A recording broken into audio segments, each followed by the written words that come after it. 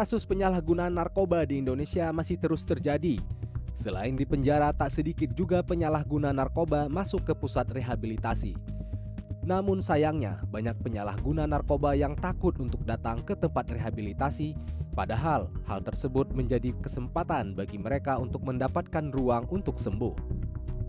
Pusat rehabilitasi narkoba menjadi unsur penting dalam upaya penanganan masalah narkoba di masyarakat.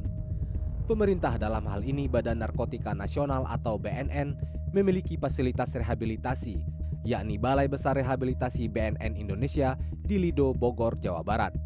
Pusat rehabilitasi yang pembiayaannya ditanggung pemerintah ini memiliki fasilitas lengkap, dilengkapi para konselor, dokter spesialis hingga psikolog yang membantu pasien menjalani proses terapi.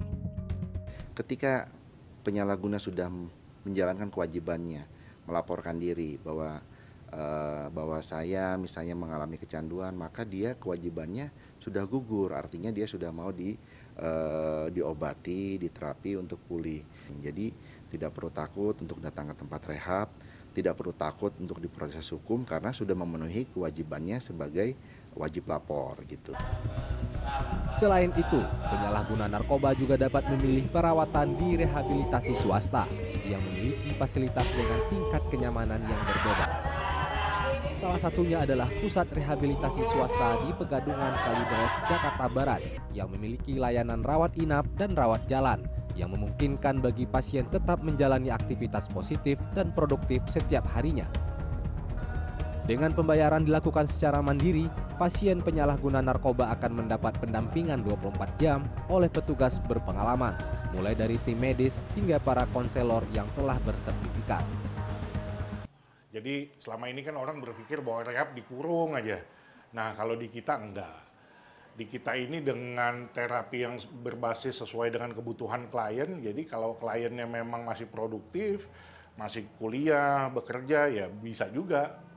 Gitu. Walaupun tetap tinggal di dalam rehab, tetapi tidak menghentikan aktivitas yang produktif yang dijalankan oleh kliennya. Komitmen diri yang kuat, konsistensi, serta dukungan para konselor di tempat rehabilitasi menjadi kunci bagi penyalahguna narkoba seperti Kevin untuk menepis ketakutan ke tempat rehabilitasi narkoba. Setelah pulih, kini Kevin diberi kesempatan berkarir di pusat rehabilitasi untuk membantu pemulihan pasien lainnya. Iya, direkomendasikan untuk direhab di sini, ya kan.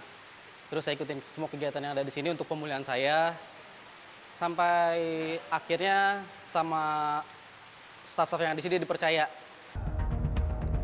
Oleh karenanya, dukungan dari keluarga dan lingkungan sangatlah penting sehingga dapat memberikan ruang agar mereka bisa pulih dan memulai kehidupan yang lebih baik melalui rehabilitasi narkoba.